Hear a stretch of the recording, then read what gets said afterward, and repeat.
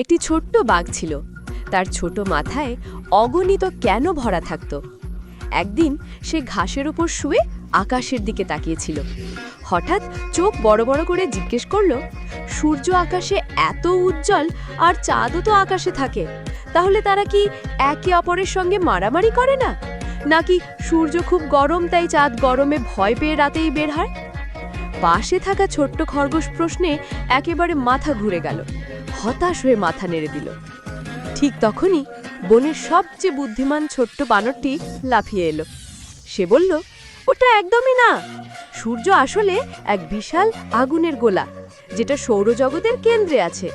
মাধ্যাকর্ষণের কারণে সেটা সবসময় আকাশে ঝুলে থাকে। চাঁদ হলো পৃথিবীর উপগ্রহ, সে আমাদের বসবাস করা পৃথিবীকে ঘিরে ঘোরে। তারও আকাশে আলাদা একটা জায়গা আছে। তারা দুজনেই তাদের নিজ নিজ কক্ষপথে চলে। দূরত্ব এত বেশি যে তারা কখনোই ঝগড়া করে না। আরও জানো, চাঁদ নিজে আলো দেয় না, সে আসলে সূর্যের আলো প্রতিফলিত করে। রাতে যখন সূর্য ডিউটি শেষ করে যায়, তখন চাঁদ সূর্যের আলো প্রতিফলিত করে আমাদের আলোকিত করে।